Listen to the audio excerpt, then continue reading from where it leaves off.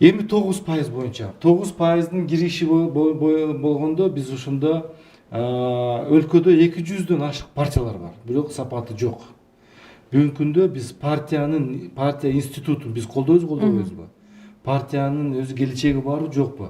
Эгерде биз ушул 9% түшүрүп, анан 3%, 4%, 2% кое берсек, райондордон келе берет партияларчы. Саны көп, бирок сапаты жок Сапаты жок болуп калышы мүмкүн.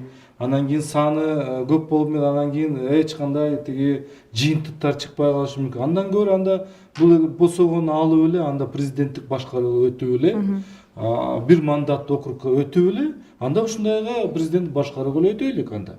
Эгерде жок биз партиялык институтту колдойбуз десек, мисалы мен колдоп атам партиялык институтту.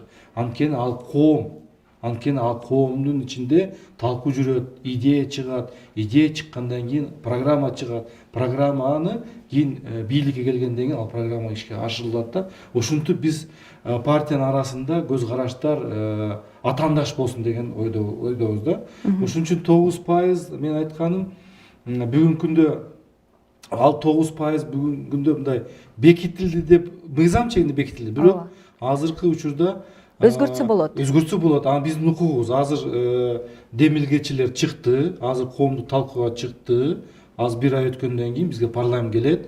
Бүгүнкү күндө дагы президент өзүнүн дагы сөзүн айта элек. Анткени биз сүйлөшкөндө биз ушу талкуу көбүрөөк болсун коомчулукта, талкуудан кийин анан кийин чечим чыгарайлы деген ушундай ойдо келип атабыз да. Ошон үчүн бул жерде бул бүттү 9% менен чектелет деген ой болбош керек. Ошон үчүн бул жерде дагы өзгөрүшү мүмкүн.